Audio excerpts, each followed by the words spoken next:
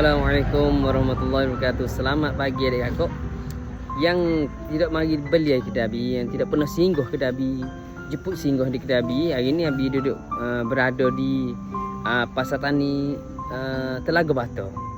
InsyaAllah esok di Pasar Tani Kapal Laut pakat singgah adik kakak nak dapatkan stocking. Dapatkan stocking ada ni, stocking orang puwe ada, stocking handsock ada ni. Handsock ada ni, handsock orang puwe ada, handsock orang lelaki pada. Mari deh di Kedabi, handsock ada, murah-murah je. Memang kita jual murah adik kakak. Nak stocking gini pun ada adik kakak. Ni stocking macam untuk stocking itik panggil.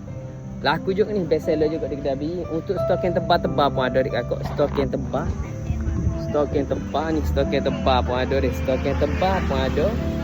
Di Kedabi yang tebal untuk orang buat kerja deh. Kita jual murah-murah je. Pakat mari deh. Pakat mari di Kedabi. Kain batik Terengganu pun ada. Kain batik Terengganu ni, kain batik Terengganu. Ni adik kakak, kain batik Terengganu. Murah-murah aja adik kakak. Pakat mari deh. Pakat singgah adik kakak, rugi. Banyak ni, kalau nak tengok, nak kira sosok ni banyak adik kakak. Handsock pendek ada, handsock panjang ada, kain sarung, kain pelekat ada, kopiah ada. Pakat mari deh. Nak jual murah adik kakak. Memang kita tak pandai jual mahal. Memang jak dulu lagi. Memang kita jual murah. Siapa-siapa tak beli rugi adik kakak. Pakat mari Kedabi. Esok Abi berada di Kampung Laut.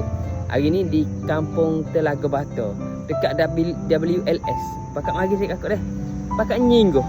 Dia kata lalu kat nyingguh. Kalau nak cari location dekat WLS, jumpalah di Pasar Tani Telaga Bata adik kakak. Esok Kapal Laut dekat dengan sekolah Kapal Laut deh. Sekolah SK Kapal Laut. Dekat dengan rumah orang kaya tu, Haji Roni. Pakat mari singgah belakang esok di Kapal Laut. Nak dapatkan harga murah, mari dibeli Kedabi. Kita akan bagi harga murah dia kakak. Memang Abi tak pandai jual mahal, dia kata. Orang jual mudah basuh jak bodoh lagi, dia kata. Mari pakat mari deh. Pakat mari beli, pakat mari pilih. Orang jual mudah basuh jak bodoh lagi, adik kakak. Pakat mari deh. Pakat mari.